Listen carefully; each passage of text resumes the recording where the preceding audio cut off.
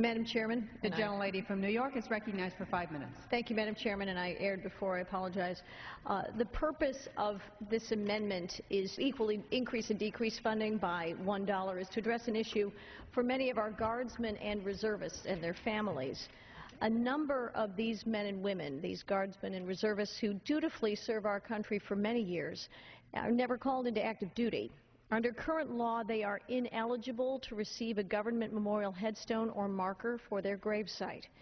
And this issue came to my attention in our own home district in New York when I heard from Mr. Charles Ricotta, who's a constituent of ours. He lost his son Joe to a heart attack. It was Joe's 47th birthday, and he had served in the Naval Reserves from 1997 to 2007. And despite his 10 years of service in the reserves, he was not eligible to receive a government headstone or marker honoring his service. Mr. Ricotta, Mr. Charles Ricotta, Joe's father, isn't looking for a handout. He's not looking for payments for any other burial services. He simply would like to purchase at his own expense a foot marker from the VA for his son's gravesite to recognize Joe's service to our country. So there is a piece of legislation that I've introduced, H.R. 2305, the Memorialize Our Guardsmen and Reservists Act, and that would correct this inequity by making available for purchase through the Department of Veterans Affairs headstones or markers for members of the reserve components who did not serve on active duty.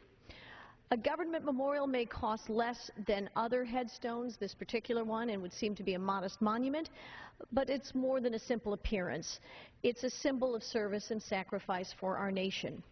Our servicemen and women, active and inactive, have contributed or sacrificed their time and efforts for our nation, and they've been separated from their families, friends, and civilian lives.